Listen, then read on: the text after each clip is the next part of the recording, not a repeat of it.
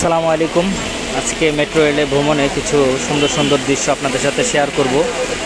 ভিতরে এবং বাহিরে ঢাকা সিটির কিছু সুন্দর দৃশ্য আপনাদের সাথে শেয়ার করার উদ্দেশ্যে এই ভিডিওটা।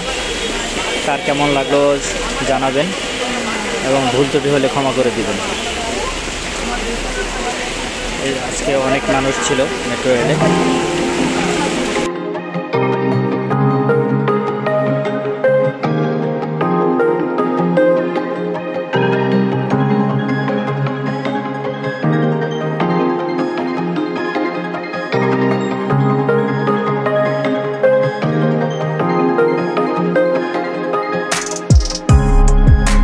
নেমে পড়লাম বিজয় সরণি। মিরপুর 10 থেকে বিজয় সরণি পর্যন্ত যতটুকু সুন্দর দৃশ্য ও ট্রেনের বাহিরের কিছু মুহূর্ত আপনাদের সাথে শেয়ার করলাম। তো আজ এই পর্যন্তই। আল্লাহ হাফেজ। বাই বাই, ভালো থাকবেন। আসসালামু আলাইকুম।